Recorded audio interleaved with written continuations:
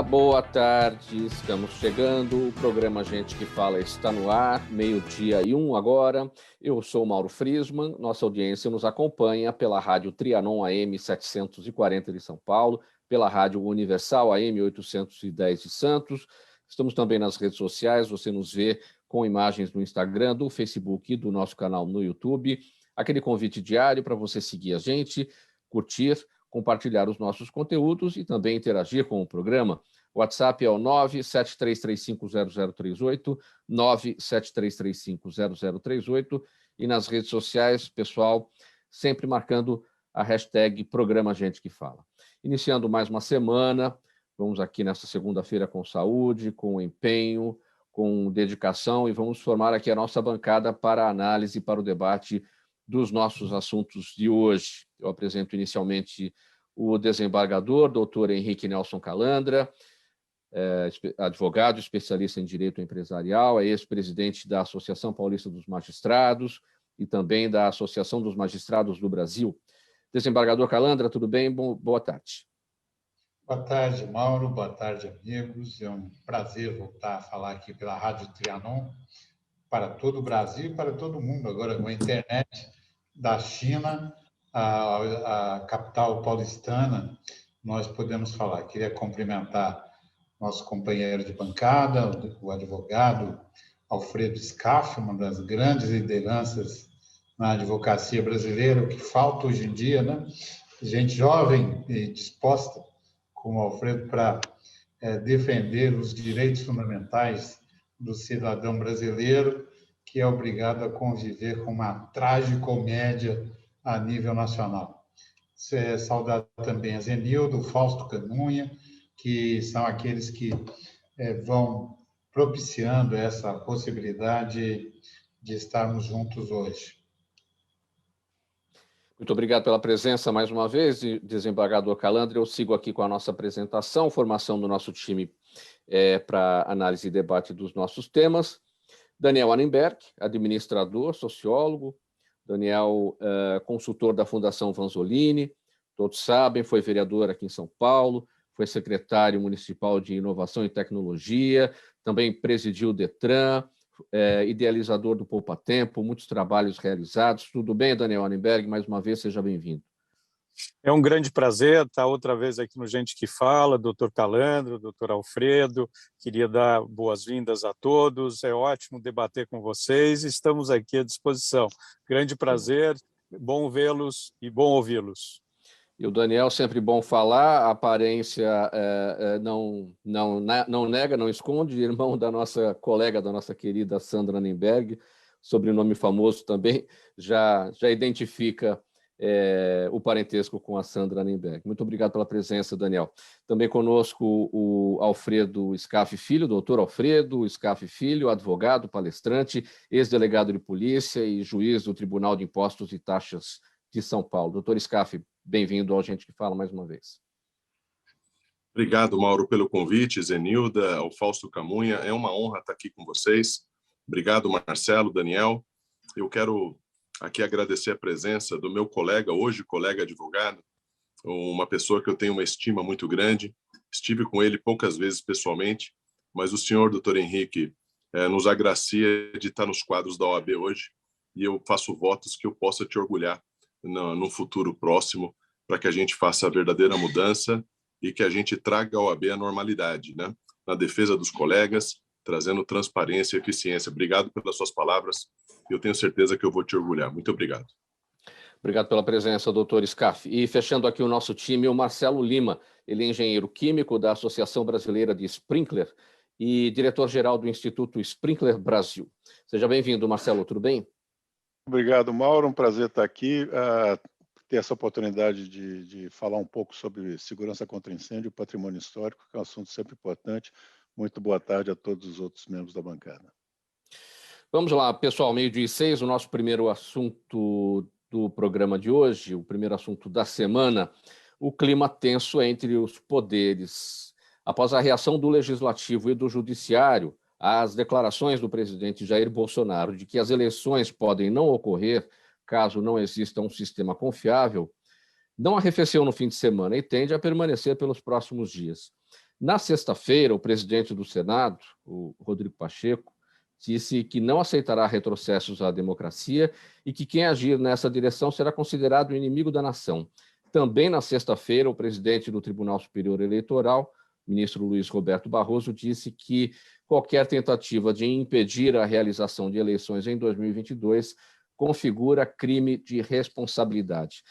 Foi um grande falatório no final de semana, né, desembargador Calandra? A fala mais contundente, aí, mais reprovada, né, de forma unânime entre os grupos políticos, foi a do tenente brigadeiro do ar Carlos Almeida Batista Júnior, o comandante da Aeronáutica, que disse que as Forças Armadas têm base legal para agir, sem deixar claro qual seria a ação e contra quem, né? Como é que o senhor tem observado esse episódio desde sexta-feira? Doutor Calandra? Bom, em primeiro lugar, sim, eu acho que algumas coisas ocorreram e a gente tem que procurar olhar para a história, né?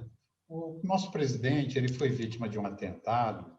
Quem leva uma faca de caça na barriga e uma rodada na cavidade abdominal e passa pelo que ele passou, evidentemente é alguém com certos traumas, com certos fantasmas, que a gente tem que respeitar a trajetória dele. Do nada chegou a presidente da República, graças a esse atentado e ao voto da maioria dos brasileiros. Então, eu não me surpreendo com nada mais que o presidente Jair Messias Bolsonaro possa dizer. Eu conheço pessoalmente e de modo bem intenso, porque como presidente da MB e como presidente da APAMAS, foram 6 anos frequentando a Câmara Federal em todos os seus... Sim. Até escrevi um livro que chama Meandros do Congresso Nacional. Nem é mais disponível hoje em dia em meio físico, mas esse livro, junto com o ex-presidente Michel Temer, conta um pouco a história de tudo isso. Eu acho que essa questão de voto de papel ou voto digital, eu fiz o primeiro projeto para apuração eletrônica de eleições e para votação eletrônica de eleições. E o presidente do Tribunal Regional Eleitoral, na ocasião, era um mocinho, tinha 30 e poucos anos, né? E eu e o Luciano Bach, da Itautec, construímos um programa para apuração eletrônica de votos, para acabar com aquilo que eu achava um tormento, que era o voto de papel, que originava fraudes, que originava toda uma série de inconvenientes. E nós implantamos definitivamente a eleição por meio digital e tem sido uma modernidade invejada por muitos países do mundo. O que o presidente Bolsonaro defende não é a volta para o voto de papel. O que ele tem explicado que ele quer é que, além do voto digital, haja uma urna à parte que, se houver uma dúvida, possa ser checada. Nós vivemos numa época que as máquinas se humanizam e os homens se maquinizam. Então, como dizia Paulo Bonfim, eu acho que nós não temos que voltar atrás, Mauro, nós não temos que voltar atrás. Eu queria saudar também o Marcelo Lima e o nosso querido que está conosco, o Daniel Annenberg, que foi o homem da evolução no Detran, né? Esse Detran teve alguma evolução, nós temos que bater continência para o Daniel Annenberg. Foi um pioneiro, aplicou, era um verdadeiro galã de cinema, continua sendo aí com esses olhos claros dele, né? E ele pagou com a sua juventude, com o seu empenho, a modernização do Detran de São Paulo, que hoje é uma repartição totalmente informatizada, não tem mais tanta burocracia como tinha. Eu acho que Rodrigo Pacheco e Luiz Roberto Barroso, Rodrigo Pacheco hoje presidindo o Senado, Luiz Roberto Barroso, anterior advogado, né, Alfredo, um brilhantíssimo advogado na área do direito constitucional, que se tornou ministro do Supremo Tribunal Federal, estão estabelecendo um diálogo um confronto que não precisa ocorrer, Marcelo, porque, na verdade, o sistema digital ele veio para ficar. e eu conheço o TSE internamente, os sistemas de checagem, todos os partidos políticos têm porta aberta para impugnar, para falar, para fiscalizar. Então, não existe essa possibilidade. Mas, se quiser, o Jair Bolsonaro, que o voto seja impresso, e se o Brasil tiver recurso para jogar florestas no lixo, em pleno século XXI, eu acho que isso é uma questão de possibilidade. Eu não acho que eleições são fraudadas a partir das urnas eletrônicas. O que pode ocorrer de fraude está em uso indevido de palavras, em absolver pessoas condenadas indevidamente, destruindo todo um processo sem uma justificativa clara. Esse é o problema, né? Polarizar uma eleição entre quem está sentado na cadeira de presidente e alguém que foi cassado por ter cometido comprovadamente crimes, que passou por 4 ou 5 instâncias e, de repente, virou anjo do céu.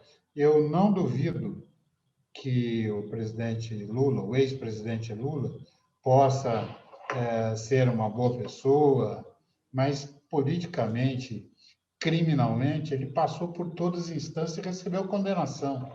Então, o que eu digo, e falo isso mais com o meu colega, Alfredo Scaff, porque é técnico na matéria e hoje está no tribunal também, e sabe que um tribunal, quando decide, tem que bater o carimbo e assinar embaixo. Nós não temos aqui juiz sem rosto, todos nós temos rosto, tanto atuando na advocacia como na magistratura, e aquele que é responsável por um veredicto assume a responsabilidade por aquilo que decidiu. Eu homenageio a defesa do presidente Lula por tudo que fez, de modo particular, o nosso colega Cristiano Zanin, que é um esforçado, Roberto Teixeira, também um gigante na defesa, mas eu acho que se nós temos um sistema, respeitar esse sistema, não é tudo que nós temos. Eu estou falando demais, Mauro, desculpe. Eu acho que a gente não pode falar muito comprido aqui. Eu acho que não há motivo para fraude. A checagem no TSE sempre acompanhei, sempre foi feita de portas abertas. Onde está o homem tem um erro, mas vamos encontrar os errados, não destruir um sistema que funciona. Daniel Annemberg, para sua avaliação, vamos falar do ponto de vista técnico mesmo. Você, como uma pessoa da tecnologia, da inovação, que idealizou o Poupa Tempo, toda essa conversa em torno da urna eletrônica, comprovadamente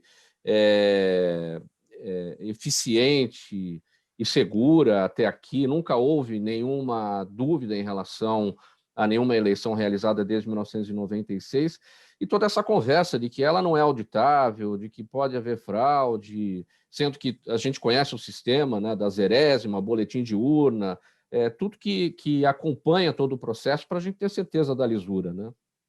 Olha, é importante deixar claro, Mauro, boa tarde de novo a todos, dizer obrigado, doutor Calandra, pelas palavras, muito obrigado. Eu concordo inteiramente com o doutor Calandra. Primeiro, as urnas são auditáveis, as urnas foram desenvolvidas, aliás, é um exemplo do que o Brasil faz bem, como o imposto de renda online, como o Poupa Tempo e como vários outros projetos. As urnas eletrônicas são um exemplo para o Brasil. Aliás, eu não vejo sentido o presidente questionar se ele foi eleito há muitos e muitos anos com estas urnas auditáveis. Portanto, é um nonsense total. É óbvio, como o doutor Calandra falou, que sempre nós podemos ir melhorando, nós podemos fazer mais para frente. Agora, o custo de você imprimir o voto eletrônico é gigantesco e a sociedade precisa discutir isso precisa ser discutido pelo Congresso Nacional para ver se vale ou não vale a pena. Eu não tenho dúvida que as urnas falam o que a população vota e vai lá e coloca o seu voto na urna. Portanto, eu acredito muito nas urnas, Acho que o presidente está estendendo um acordo que não faz o menor sentido. Nós podemos ir melhorando gradativamente essas urnas eletrônicas. Não acho que dê tempo para as próximas eleições, mas ele não pode simplesmente chegar e falar que ou acontece do jeito que ele quer ou não temos eleições. Isso é o fim da picada. Nós prezamos a democracia e nós queremos votar. E isso é fundamental. Então, eu concordo também com as palavras, tanto do presidente do Congresso, como do presidente do TSE e de muitas outras pessoas, né? Vários magistrados, o doutor Calandra colocando de forma clara, nós podemos sempre estar melhorando. O ser humano está em constante melhoria e a gente pode conseguir serviços eletrônicos cada vez melhores. E a gente vê isso na nossa sociedade. O que não dá é para a gente ficar desconfiando de algo que é auditável. É desconfiar e dizer ou é desse jeito ou eu não brinco mais. O presidente não pode falar isso. Isso ele acirra e coloca muito mais lenha na fogueira em algo que não precisa, porque as urnas são confiáveis. Isso tem sido demonstrado ao longo dos últimos anos. Doutor Alfredo Scaff, para falar dessa lenha da fogueira, a declaração especificamente do presidente Bolsonaro de que se as eleições não ocorrerem da forma que ele quiser, não nas palavras dele, mas ele quis dizer isso, né? Se não ocorrerem da forma que ele quiser, não vão ocorrer. E na sequência, aí, na esteira das manifestações, do tenente brigadeiro o Almeida Batista Júnior, que é o comandante da Aeronáutica, dizendo que as Forças Armadas têm base legal para agir, sem deixar claro o que seria essa ação e contra quem, né? Olha, Mauro, eu gostaria de fazer das palavras do Calandra, meu colega, as minhas palavras e complementar com o seguinte. Em primeiro lugar, nós precisamos respeitar a Constituição. Esse é o principal de tudo. Em segundo lugar, preservar a vontade e a independência dos poderes. Se a questão do voto impresso, que seria uma mera conferência de quem votou, passar no Legislativo, no Parlamento, tem que ser implementado porque essa é a vontade do povo. O povo fala pelo parlamento. Esse é o primeiro ponto. O segundo ponto é o seguinte: eu vejo que há uma falha de comunicação da presidência da República muito grave desde o primeiro dia de governo. Isso é uma coisa que eu tenho alertado o presidente da República até pelas redes sociais, porque eu quero o bem do meu país, independente de quem seja o presidente da República. Obviamente que o Jair Bolsonaro não disse que ele vai barrar as eleições. Ele quis dizer que se houver uma vontade popular administrada pelo parlamento e que haja aprovação de um voto que seja auditável via papel, via uma impressora que imprima o seu voto, tanto quanto a aposta sua na lotérica, isso tem que ser implementado. Obviamente que ele, como parlamentar, durante 7 mandatos, ele tem que respeitar a vontade do Congresso. Se isso não passar no Congresso, não vai ser implementado. E eu acho que essa é a principal forma da gente encarar essas coisas. Existe uma falha de comunicação muito grande no governo federal. E acaba isso gerando uma tensão desnecessária. O que a gente precisa, no momento, é pacificar o país. Nós estamos saindo de uma pandemia. A gente precisa de união, de pacificação social, das pessoas inteligentes desse país, que são muitas, darem as mãos para que tudo dê certo. A gente não precisa de conflito, a gente precisa respeitar a lei. Marcelo Lima, seu entendimento como cidadão, como eleitor, aquele que vai lá e aperta o botão da urna e vê o seu voto lá depositado eletronicamente. Então, é o que eu posso falar como eleitor, como cidadão. Sim. E como leitor de jornais, né? Não sou do meio político, mas a discussão toda me parece muito mais criada para conturbar do que para apaziguar os ânimos, né? Esse sistema eleitoral brasileiro tem sido elogiado no mundo inteiro há muitos anos. A velocidade de apuração, a falta de reclamação de problemas quanto aos resultados, né? A gente não tem notícias nenhum. O presidente ele tem demonstrado ao longo do tempo uma grande admiração pelo ex-presidente americano, o Donald Trump. Eu me lembro, 1 ano antes das eleições americanas, o presidente Trump já anunciando que haveria fraude nas eleições. E está me parecendo, novamente, vendo aqui de fora, me parece uma estratégia muito parecida de já começar a preparar o caminho para talvez um possível resultado negativo que venha no ano que vem, e é o que as pesquisas têm demonstrado aí, pelo menos as últimas. A gente sabe que a gente está muito longe ainda da eleição, essas pesquisas mudam muito, mas os resultados não estão, pelo menos de agora, não estão sendo bons para o presidente, e talvez seja uma maneira de já preparar uma saída. Espero que o resultado não seja o mesmo que aconteceu nos Estados Unidos, que foi aquela invasão no Congresso no dia 6 de julho, porque foi um trauma que aconteceu lá que a gente realmente não gostaria de ver ser repetido aqui. Muito bem, minha gente. 12h21, segue o programa Gente que Fala. Rádio Trianon, AM 740 São Paulo, Universal AM 810 Santos, e você também nos acompanha pelas redes sociais, imagens do Instagram, do Facebook e do nosso canal no YouTube. Forças de segurança, em conjunto com a vigilância sanitária, encerraram na madrugada de sábado diversas festas clandestinas em São Paulo. Esses eventos privados reuniram centenas de pessoas sem máscaras em meio à pandemia da Covid-19. O que ganhou maior repercussão, minha gente, reuniu cerca de 500 pessoas com ingressos de até R$ 1.600, com o show de uma famosa dupla sertaneja, e foi realizada, doutor Alfredo Scaff, em um grande escritório de advocacia aqui nos Jardins, em São Paulo. Como é que você avalia um escritório de advocacia sediando uma festa clandestina no meio de uma pandemia? É lamentável, porque nós, operadores do direito, temos que dar o exemplo, né? Eu vejo nesse ponto lamentável, o colega se equivocou demais.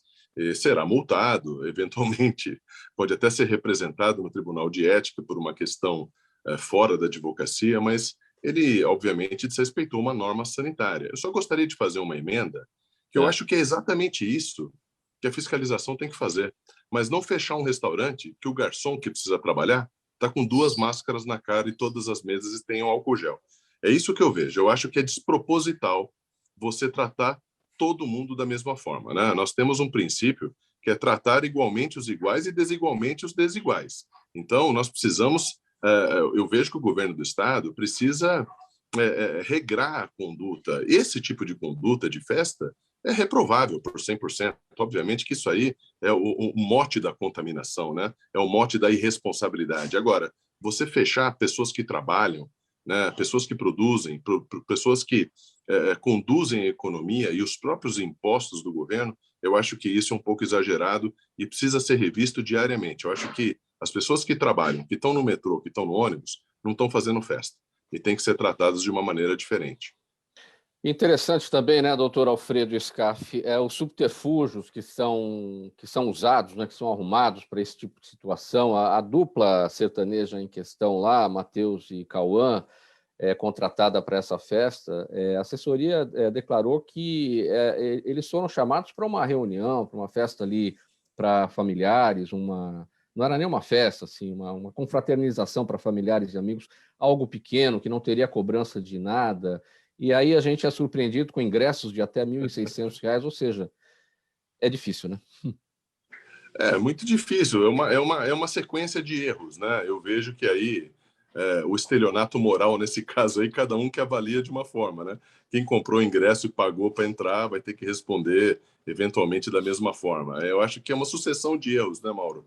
Isso precisa ter a nossa fiscalização, o PROCON, o Ministério Público, a Polícia Civil em cima, porque a pandemia ainda não acabou, a gente tem que tomar todo cuidado e preservar o seu colega, né? Preservar a coletividade, todo mundo está se cuidando, e esse é o tipo de coisa que a gente não pode admitir.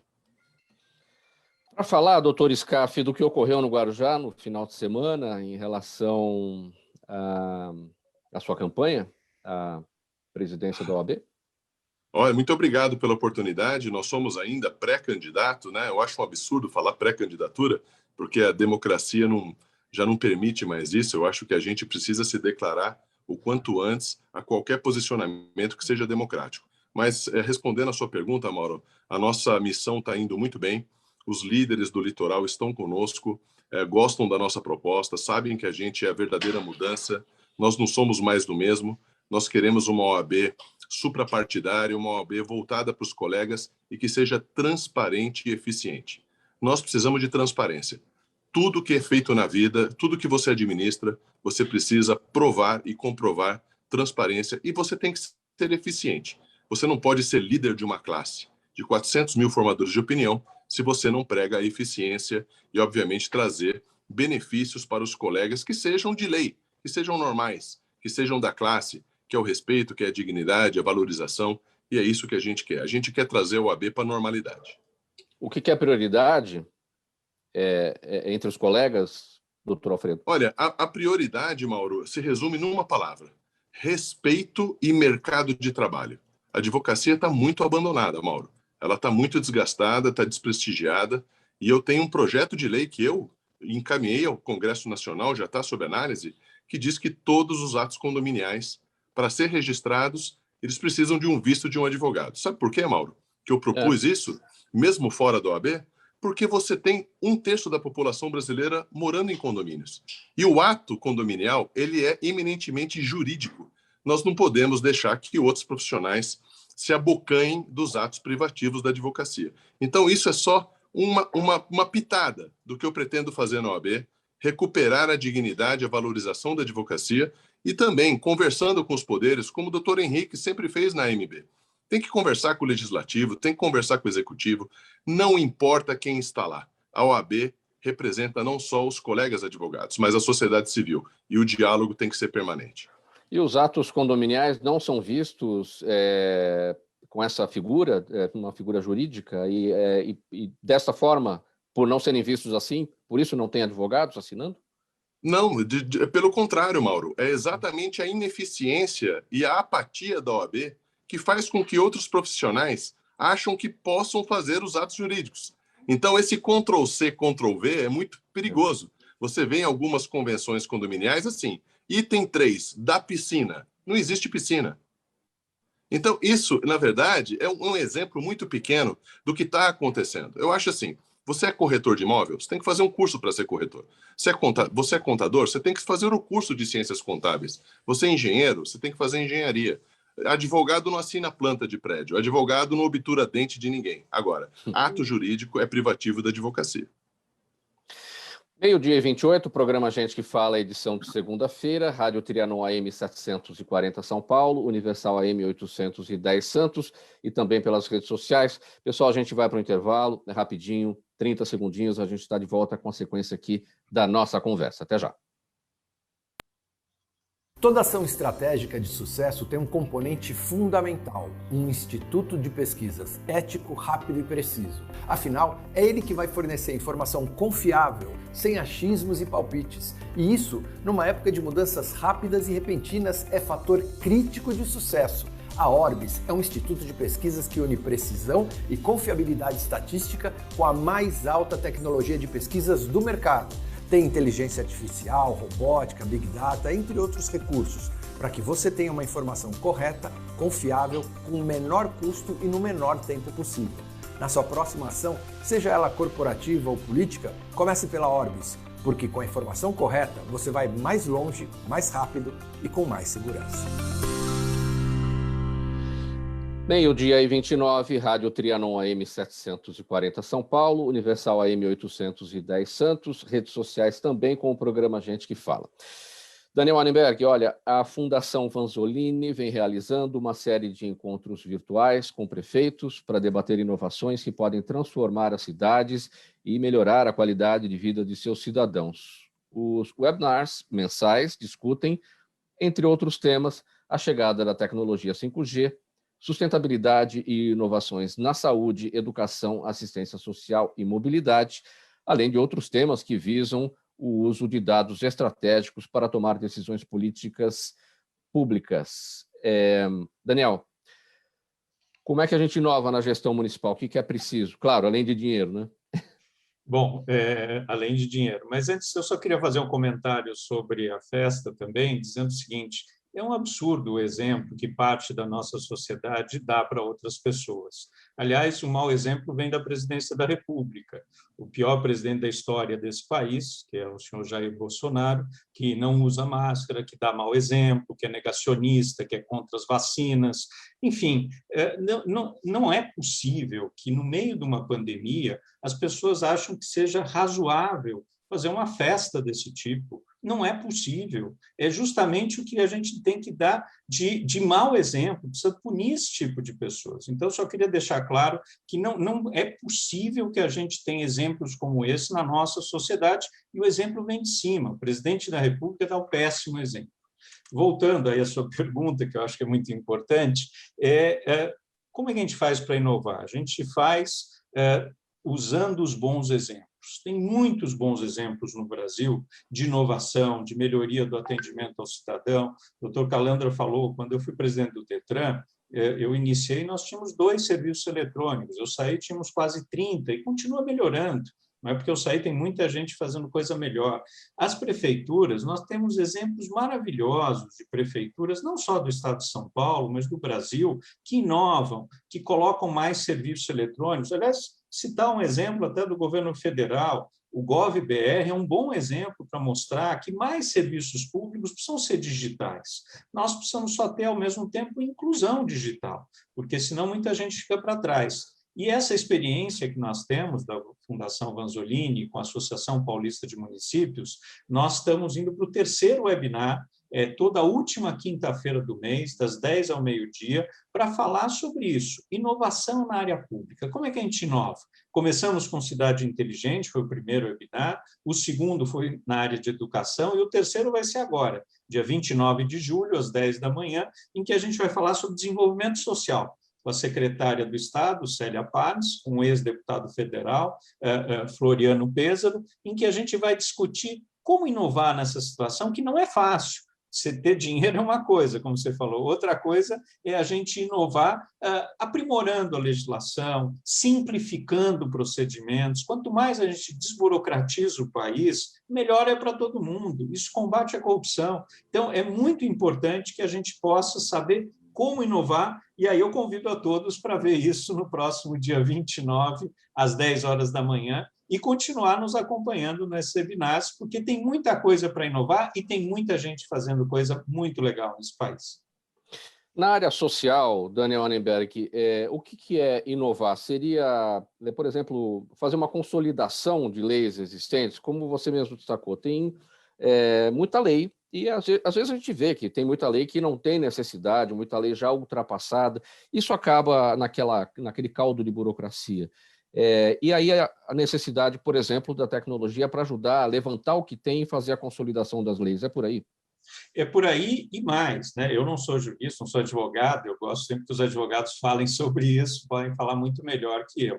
Mas eu fui vereador da cidade de São Paulo, a gente vê o que tem de lei que não serve para nada e que a gente pode simplificar. Mas não é só lei, por exemplo, a gente começar a ter integração de bases de dados. Né? Por exemplo, quando a gente fala de primeira infância, que é uma questão importantíssima, não adianta só conversar com o pessoal da educação. Isso você precisa conversar com a área da saúde, com a área do desenvolvimento social, né? E com outras áreas, porque isso tudo é integrado.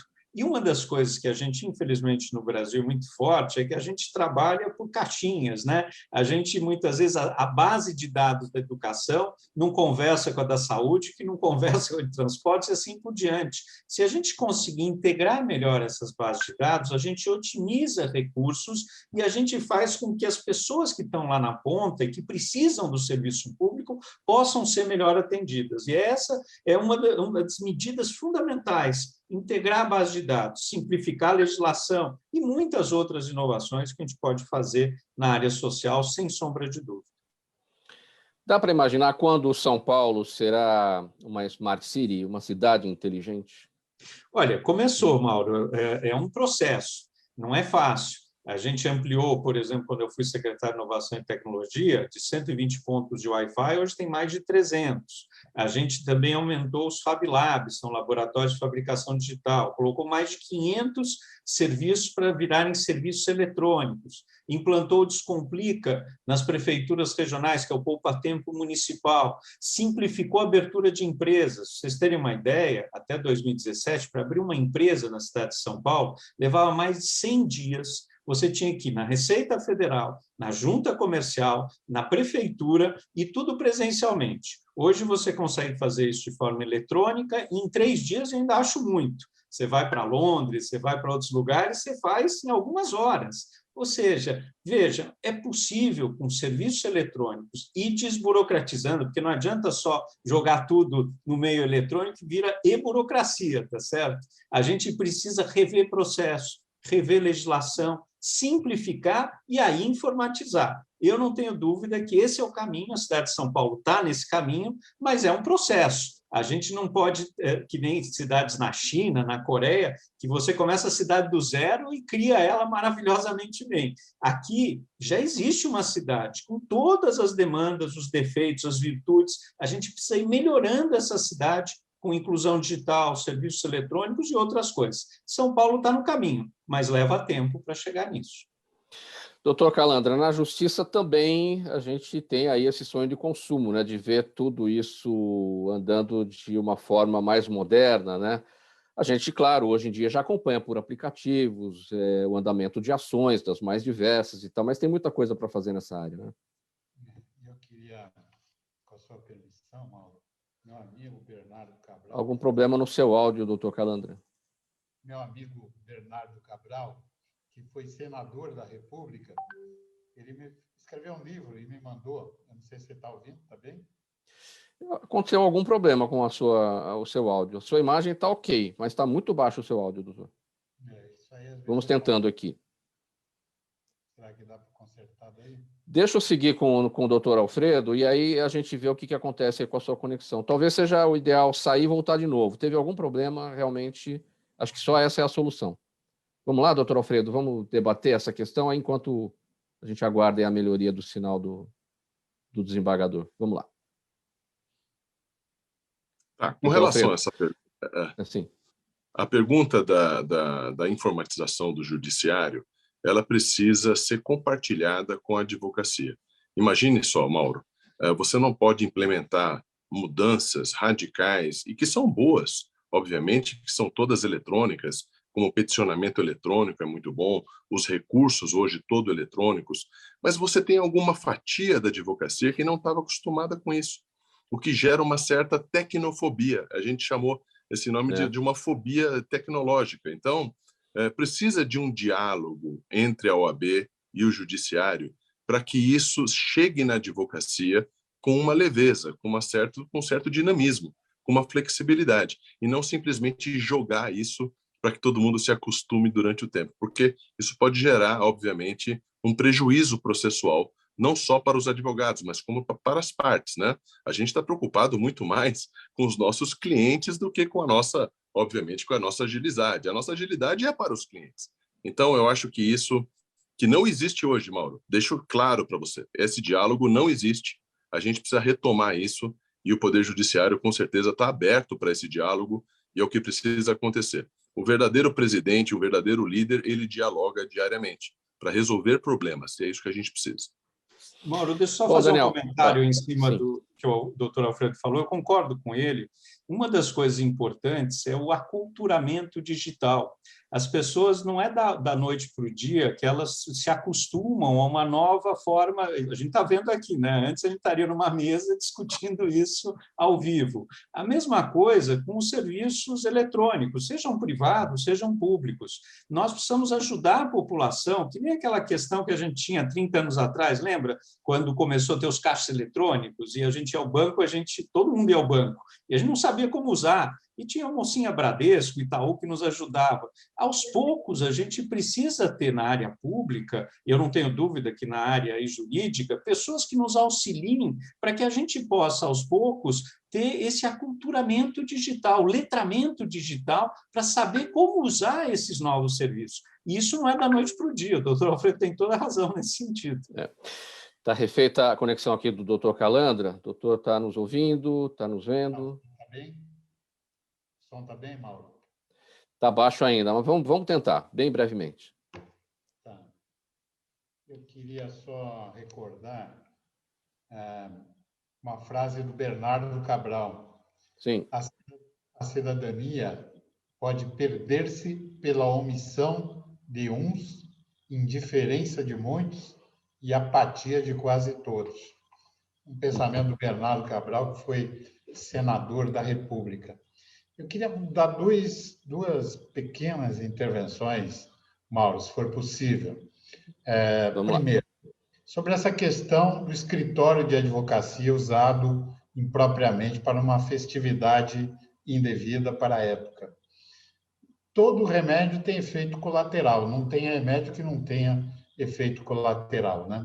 Então, essa interdição das atividades provoca esse tipo de coisa. Mas eu queria somar aqui com meu colega Alfredo Scaff para dizer que o escritório de advocacia de hoje não é o escritório de advocacia de ontem, porque muitos de nós passamos, eu mesmo estou há 2 anos sem ir no escritório, não sei o que se passa lá.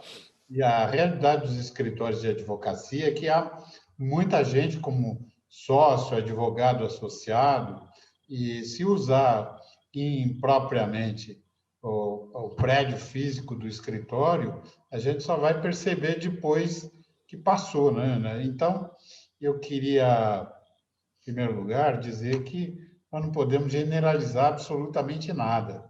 Talvez a maioria dos sócios desse escritório nem saiba desse uso impróprio, vai saber agora pela imprensa, né?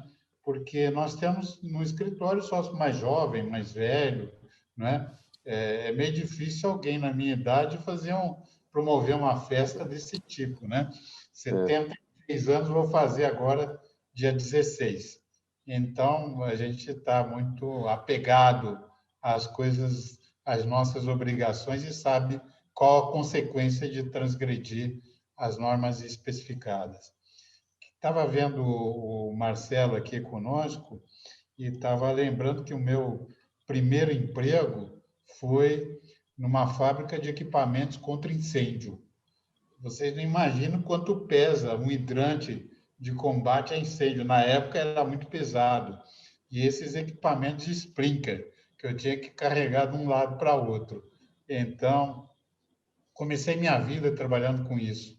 E queria pedir ao nosso convidado, se for possível ainda, se ele estiver conosco aqui, ele falar alguma coisa sobre a evolução desses equipamentos. Sim, nós vamos falar agora, doutor Calandra. Nessa questão aqui, foi fechado desde 2015, quando sofreu aquele incêndio, grande incêndio, né, o Museu da Língua Portuguesa.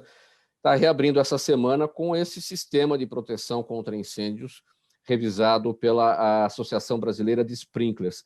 A fim de manter o local mais seguro possível, o museu elaborou um projeto detalhado de medidas de segurança. E uma das principais providências recomendadas pelo Corpo de Bombeiros foi a adoção de sprinklers, os chamados chuveiros automáticos, um dos mais eficientes no controle de incêndios, pois combate as chamas ainda no início, evitando que o fogo se alastre.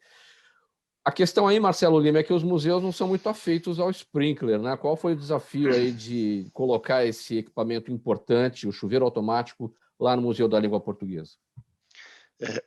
Em primeiro lugar, doutor Calandra, é muito bom ouvir essa notícia, depois podemos trocar mais ideias sobre a evolução, que houve muita evolução nesses últimos anos na área de incêndio.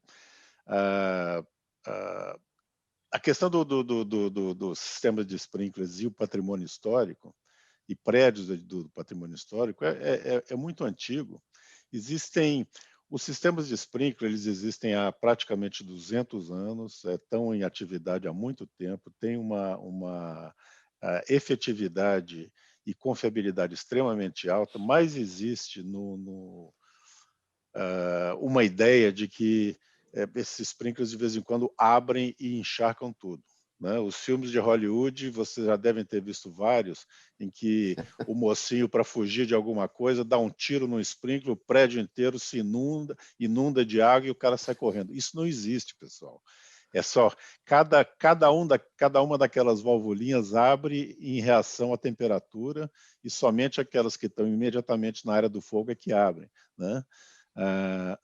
Mas existe essa ideia, existem várias outras ideias erradas, e chegando na questão do patrimônio histórico, existe quem trabalha com obras de arte, quem trabalha com acervos culturais em geral, tem muito medo da umidade, da água, do mofo, de todos os danos que podem ser causados, né? Mas às vezes esquece um pouco o dano terrível que é o incêndio, né? A gente aqui no Brasil tem um histórico, na verdade, muito ruim de incêndios em edifícios históricos, incêndios do patrimônio. Só para citar alguns casos assim recentes, né? A gente teve aqui em São Paulo o Memorial da América Latina, a gente teve o Museu da Língua Portuguesa, a gente teve o Teatro Cultura Artística, a gente teve que mais? O Liceu de Artes e Ofícios. Todos esses prédios foram completamente destruídos. No caso no caso do Memorial da América Latina, o auditório foi totalmente destruído, né? E são perdas que a gente não consegue, em muitos casos, repor. Você pode reconstruir um prédio, se você queima uma fábrica, você coloca todas as máquinas de volta. Quando você queima um museu nacional, por exemplo, como foi o caso do Rio de Janeiro, é uma perda para a humanidade, não é nem para a população brasileira, é uma perda para a humanidade. Então, são eventos muito graves que, às vezes, quem trabalha na área vê mais essa possibilidade de um dano por água como isso sendo o problema e não um incêndio real como é. Nesse Agora, caso do museu... Mas na hora do incêndio, o bombeiro vai chegar com água, não tem outro jeito, né? Mas a diferença é o seguinte, um sistema de sprinklers, ele vai reagir em 3 a 4 minutos, já vai estar combatendo o incêndio. Né? Enquanto que o Corpo de Bombeiros, na cidade de São Paulo, que é um corpo de bombeiros extremamente eficiente, bem preparado aqui no Brasil, ele pode demorar 15, 20 minutos, meia hora para chegar, depende de onde for. Quando se chega nesse momento, o que se faz é basicamente proteger o entorno, porque aquele edifício onde começou o incêndio, ele já está praticamente perdido. Né? Pessoal, eu já vou aqui para as nossas perguntas aqui da audiência e vou pedir bastante brevidade a todos, porque temos 2 perguntas para cada um, tá bom? Marcelo, já que você está com a palavra, eu vou aqui com a pergunta do Eduardo Carvalho, que está acompanhando pelo YouTube, e ele quer saber por que o número de incêndios em hospitais cresceu tanto na pandemia. Há alguma relação ou é coincidência? Pergunta o Eduardo Carvalho. Isso aí a gente acompanha muito, a gente acompanha as estatísticas de incêndios em hospitais e tem visto que tem tido, o noticiário tem mostrado muito mais notícias este ano passado do que nos anos anteriores. Não existe uma causa específica, mas eu consigo imaginar o seguinte: os hospitais estão trabalhando no limite em todo o Brasil, em todo o mundo, na verdade, mas e sempre que você tem qualquer tipo de edificação, qualquer tipo de ocupação trabalhando no limite, as questões de manutenção, as questões de cuidado, eles ficam são menos cuidadas, vamos dizer assim. Isso aí facilita o início de incêndios. E tem acontecido realmente bastante. E outra pergunta aqui para você, Marcelo. Cristiano Oliveira está com a gente no Facebook e quer saber se um incêndio sempre tem um culpado.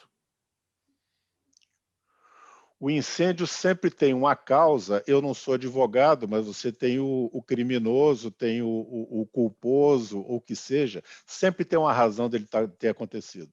Né? Pode ter sido uma falta de manutenção hoje, que daqui a um ano gerou um incêndio. Ninguém vai conseguir identificar a pessoa que causou isso, mas uma causa existe. Não existe o que a gente muitas vezes escuta, que isso aí foi um azar que nós tivemos. Não existe azar no incêndio. Tem sempre uma razão e essa razão pode ser evitada. Andréa Ferretti está com a gente no Instagram. Obrigado, Andréa. Doutor Alfredo Scaff, ela pergunta o que a OAB poderia fazer ou deveria fazer em relação às ameaças do advogado Frederic Wassef contra a jornalista Juliana Dalpiva, que publicou reportagens sobre áudios que ligam o presidente Bolsonaro ao esquema de rachadinha. Olha, eu acho que isso já está previsto na legislação, né? Se ele ameaçou, isso é um crime de ação privada. Ela tem, obviamente, que processá-lo pela ameaça. Eu não vejo nada demais nisso. E, obviamente, se submeter ao devido processo legal para que haja uma punição ou não. Né? Então, assim, o que a gente precisa, na verdade, Mauro, não é mudar as coisas muitas vezes, é reler as coisas. Né? Então, se faz muita pressão em coisas simples. Né? Eu acho que a conduta não é correta. Se houve uma ameaça, eu acho que isso aí fere a liberdade de opinião, fere a liberdade de imprensa, mas, ao mesmo tempo, acho que quem se sente ofendido tem que tomar as providências. Então, cabe a providência à jornalista Juliana Dalpiva e não necessariamente alguma ação, alguma atitude da OAB. Não, obviamente que se houver um efeito da condenação com relação à suspensão da advocacia, será analisado pela OAB. Obviamente, se essa pessoa ofendida, além do crime de ameaça que pode ter acontecido ou não, representar na OAB para que haja uma investigação sobre um ato de antiético, também tem que ser instaurado. Outra pergunta aqui, doutor Alfredo Scaff, Ana Maria, bairro do Bom Retiro, pergunta: a Cracolândia também é uma questão de polícia? Eu acho que a Cracolândia é só uma questão de polícia, né? Eu acho que esse nome denigre a cidade de São Paulo. São Paulo é uma cidade que produz, São Paulo é uma cidade que dá exemplo, é uma cidade de trabalho, é a maior cidade do Hemisfério Sul. Eu gostaria que esse nome nem existisse em São Paulo. Eu acho que ficam aí teatralizando uma coisa muito grave, que parte de um traficante para um doente usuário de droga. Eu acho que você tem que combater as duas pontas, mas isso é um problema de Estado, é um problema de segurança pública. Jamais uma Cracolândia poderia ser um ponto de referência de uma cidade como São Paulo. Agora, a pergunta minha que eu vou na esteira aqui da Ana Maria. Até onde é uma questão uma questão social? Ela é do Bom Retiro. Bom Retiro, a gente sabe, está muito próximo da Cracolândia, a gente vê ali pelas esquinas pessoas, moradores de rua, e, de uma maneira geral, mas muitos usuários de droga que provêm ali da Cracolândia, né? Olha, Mauro, eu acho que o pessoal do Bom Retiro, ali da Redondeza, está extremamente prejudicado por uma ação que não existe só lá. Você tem dependente de químico em todos os lugares do mundo. Você tem traficantes agindo em todos os lugares do mundo. Agora, o prejuízo econômico, o prejuízo social é quem está ali perto. Eu acho que cabe ao Estado ter pulso firme para acabar com essa história imediatamente. Daniel, seu Jaime do Jardim Bonfilholi, ele está todos os dias aqui com a gente. Obrigado, seu Jaime, mais uma vez. Ele diz assim, ele não sabe se você tem informação. Ele fala, há planos de expansão de unidades do poupa-tempo nas diversas regiões administrativas do Estado? Não só há, senhor Jaime, mas já está sendo implantado. Nos últimos dias foram lançados aí várias unidades do poupa-tempo no interior. Eu não estou mais no poupa-tempo, eu saí em 2006, já faz 15 anos, mas eu sei que está ampliando e estão se juntando com as unidades do Detran para simplificar e para ter em praticamente todas as cidades do estado. Outra pergunta para você, Daniel. Vera Lima, também com a gente todos os dias, acompanhando pelo Facebook. Ela quer saber por que há tanta desorganização nas informações sobre a vacinação. A tecnologia não poderia evitar que ficássemos ainda tão dependentes dos erros individuais no preenchimento dessas informações? Pergunta a Vera. A Vera tem razão, Mauro. Eu acho que ainda há muita desinformação. E isso, muitas vezes, a gente precisa trabalhar com democratizar o acesso à informação. Um dos meus primeiros trabalhos na área pública, em 1990, na Prefeitura de São Paulo, aliás, na gestão da Luísa Erundina, foi muito interessante. A gente fez um guia de informações sobre todos os serviços públicos da cidade de São Paulo. Naquela época, em papel. Hoje virou já 156, mas ainda falta muito, a Vera tem razão. Quanto mais a gente conseguir organizar, desburocratizar, democratizar o acesso, melhor para todo mundo. E a informática, a tecnologia tem que ser meio para isso, né? Não como fim, mas como meio para a gente ter cada vez mais uma cidade melhor para se viver. Doutor Calandra, a Marina Galvão está no Facebook perguntando, assim como as indicações ao Supremo Tribunal Federal têm um peso político, as eventuais aprovações ou reprovações pelo Senado também têm. Afinal, todas as indicações têm que passar lá pela sabatina, né? Não haveria algum meio disso ser evitado? Pergunta a Marina. Bom, em primeiro lugar, agradecer a Marina pela pergunta e dizer que não há como evitar a sabatina. O que tem que haver é um critério na escolha. Hoje o critério é a vontade do presidente da República, e isso traz uma série de inconvenientes. A AMB, a Associação dos Magistrados Brasileiros, apresentou na minha gestão e continua apresentando projetos para aperfeiçoar o sistema. Não pegar uma pessoa e jogar numa cadeira de ministro do Supremo sem ele ter uma prévia experiência na profissão de julgar.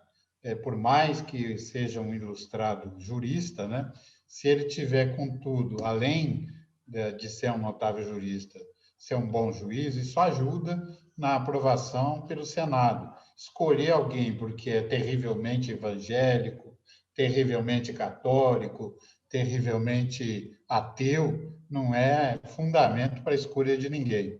De sorte que nós vamos passar por um sufoco danado com a indicação que o nosso presidente Jair Bolsonaro deve fazer, e isso vai trazer um confronto com o Senado, porque muitos senadores irão rejeitar, não porque o nosso advogado da AGU, André Mendonça, não seja preparado, mas porque ele está sendo indicado não como um grande jurista, mas como uma pessoa terrivelmente evangélica, cumprindo uma promessa que o presidente não deveria ter feito. E outra pergunta bem rapidinho, desembargador Calandra, Silvia Azevedo, no Instagram, quer saber quais são os grandes gargalos do judiciário brasileiro e se algum deles teria uma solução razoavelmente simples. Bem rapidinho, doutor. Eu acho que o judiciário brasileiro tem feito o impossível. Em matéria de tecnologia, o Daniel tem acompanhado, o Marcelo também, o Alfredo também, e nós temos feito a substituição de tudo que é de papel por meio digital. Aceleramos muito os processos. Mas tem coisas, nós trabalhamos com a vida e a liberdade das pessoas, antes de nascerem e depois de morrerem. Portanto, nós não temos como fazer muitas coisas como se fosse fabricar uma bolacha ou uma pizza. As coisas, às vezes, demoram um pouco mais para acontecer. Mas dentro do que é possível, e cumprimentar o presidente Geraldo Pinheiro Franco, São Paulo está como o tribunal que mais produziu decisões no Brasil e no mundo, em termos de rapidez e eficiência. Nós criamos o juizado especial que atende o povo de um modo geral, né, Daniel? Você acompanhou nossos primeiros passos com Kazuo Watanabe e outros heróis. Nós fazíamos isso fora do expediente, sem ganhar absolutamente nada mais além daquilo que a gente ganha. Então, o Tribunal de Justiça, Silvia, tem feito o possível. Uma das coisas, e falando agora para o Daniel, que é um inovador, e para o Alfredo, que um dia vai ser presidente da nossa entidade maior, eu acho que nós temos que inovar, por exemplo, toda a parte de execução fiscal, que não envolve a intervenção de um juiz, que é pura cobrança de um débito que não foi pago, teria que acontecer no plano do executivo, e não criar bilhões de processos para a gente tomar conta. Hoje, muito bem. Só para completar, Mauro, o tempo está esgotando. O maior número de processos de execução de débitos federais está na Justiça Estadual, não está na Justiça Federal. E sobrecarrega os nossos quadros, porque todo governante, para fazer bonito para o Tribunal de Contas, seja ele federal ou estadual, chega no fim de uma gestão, pega tudo e manda para o juiz para ver o que o juiz faz com aquele passivo imenso de trilhões de reais.